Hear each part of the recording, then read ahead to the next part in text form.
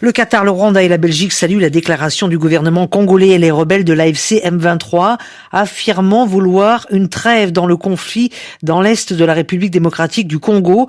Dans un communiqué conjoint lu hier soir à la télévision nationale, Kinshasa et le groupe armé disent vouloir œuvrer à la conclusion d'une trêve prélude à un cessez-le-feu. Les explications d'Alexandra Bonjon.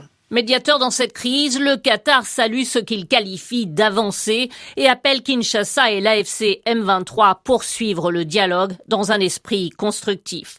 Les délégations n'ont annoncé ni trêve ni le début de véritables pourparlers, mais leur communiqué commun suscite déjà beaucoup d'espoir. C'est la première fois que les deux parties publient un communiqué officiel à l'issue de leur discussion au Qatar. Katari, u Rwanda n'Ububiligi bashimye itangazo ryasohowe na leta ya Kongo hamwe n'inyeshyamba za FC M23 bavuga ko bashaka agahenge mu ntambara yo mu burasirazuba bwa Repubulika Iharanira Demokarasi ya Kongo.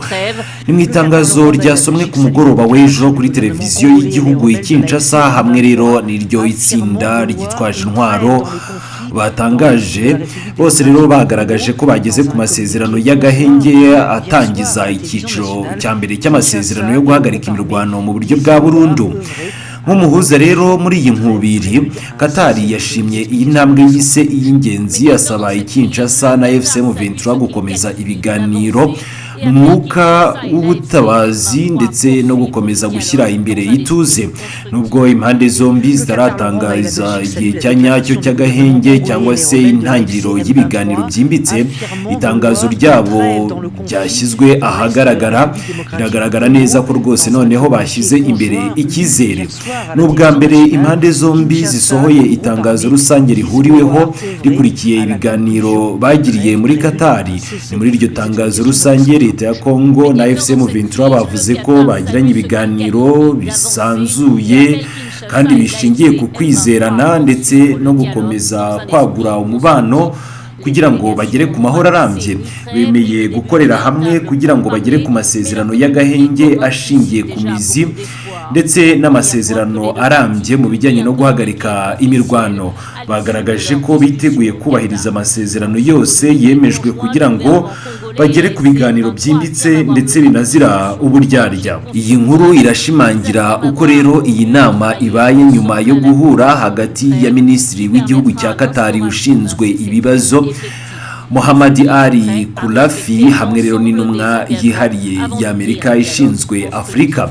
Kuba rero iyi ntumwa Mossad Bourous yarahuye n'uyu mu minisitiri ushinzwe kino kibazo cya FC M23 ndetse na leta ya Repubulika Iharanira Demokarasi ya Kongo ni ikimenyetso rwose kigaragaza ko Leta Zunze Ubumwe za Amerika yashyize igitutu mu bijyanye no kugira ngo iki gisubizo kirambye kigerweho mu rwego rwo guhagarika urugamba rwari rumaze imyaka myinshi.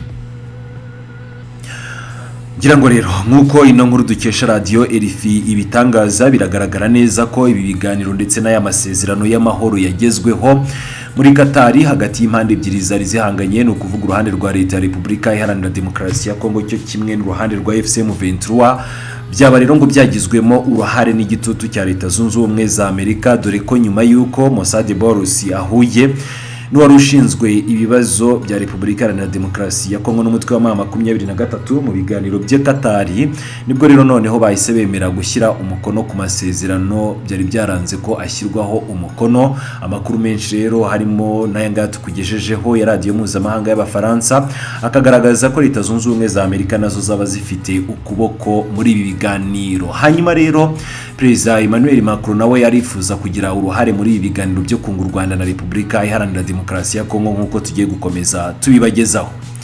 Ni Perezida Emmanuel Macron w'Ubufaransa yatangaje ko yifuza ko igihugu cye cyagira uruhare mu biganiro by'amahoro bigamije kugarura amahoro mu karere u Rwanda na Repubulika Iharanira Demokarasi ya Kongo biherereyemo. Iki cyifuzo yagitangaje mu kiganiro yagiranye na TV5 Monde ashingiye ku cyemezo cy'umuryango wa Afurika y'Iburasirazuba EAC n'Afurika y'Amajyepfo SADC cyo kwifatanya mu gushakira amahoro uburasirazuba bwa Repubulika Iharanira Demokarasi ya Kongo n'akarere kose muri rusange.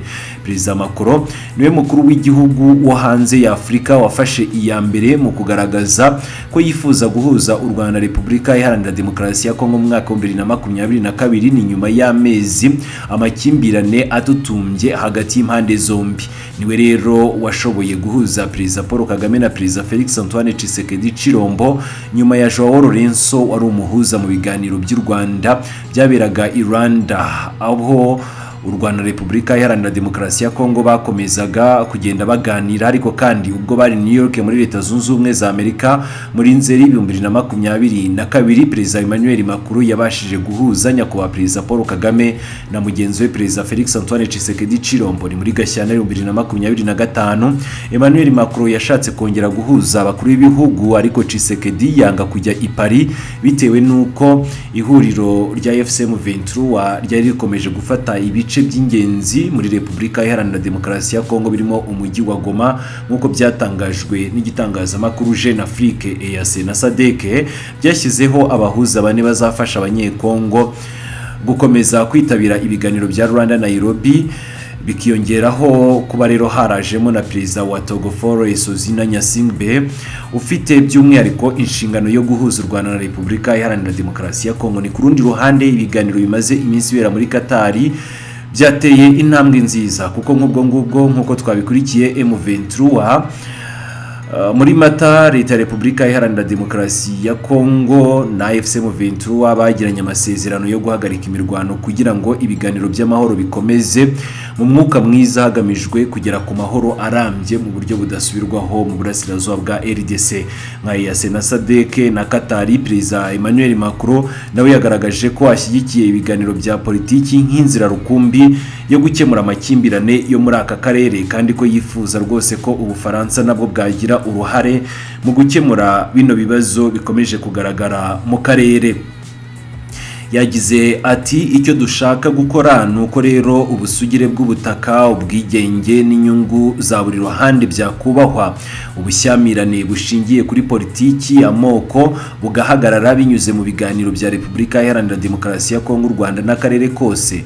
Mbese Ubufaransa bwagiye rwose bugira umwanya mwiza wo kuba bwaba umuhuza. Emmanuel Macron yagaragaje ko umutekano mu burasirazuba bwa Repubulika Iharanira Demokarasi ya Kongo ko wazambye mu buryo buteye ubwoba bitewe n'ubugizi bwa nabi bwibasira amoko. Avuga ko rero nta wifuza ko amateka mabi yabaye mu karere mu mwaka wa 1994 ubwo habaga jenoside yakorewe abatutsi hano mu gihugu cy'u Rwanda, kayo mateka yakongera kwisubira ngo ibyabaye mu Rwanda bibe muri Repubulika Iharanira Demokarasi ya Kongo. Yasobanuye ko Ubufaransa bukomeje kuganira n'abayobozi bo mu karere ndetse na Perezida Nyasingbe mu rwego rwo gushaka igisubizo cyazana amahoro mu karere. Ngira ngo rero nkuko bigaragara ibi ni ibiganiro bishyigikiwe n'impande zose. Leta Zunze Ubumwe za Amerika zikomeje gushyiramo akaboko. Biragaragara neza ko Ubufaransa nabwo bwifuza ko bino bibazo byakemuka binyuze mu nzira z'ibiganiro. Katari nayo ikomeje gushyiramo ingufu zose. Imiryango yo mu karere tudasize n'umuryango wa Afurika yunze ubumwe, ubwo tukongeraho EAC na SADC bose bashyigikiye ko iyi ntambara yarangira binyuze mu nzira z'ibiganiro. Ariko se kandi nubwo buri ruhande rwasohoye itangazo bagaragaza ko bose bashyize imbere ibijyanye no kubahiriza agahenge, iyi ntambara izahagarara. Ku munsi w'ejo muri Uvira habaye imirwano nk'uko amakuru menshi yagiye hanze abigaragaza, gusa iyo mirwano yahuje itsinda rya Wazalendo ndetse n'ingabo za FARDC nibo basubiranyemo ubwabo. Ku munsi w'ejo humvikanye urusaku rw'imbunda ziremereye ndetse n'izoroheje muri Uvira. Bizarangiriraho tuzakomeza kugenda tubikurikirana 5 kuri 5 tubagerezeho ku gihe amakuru yose.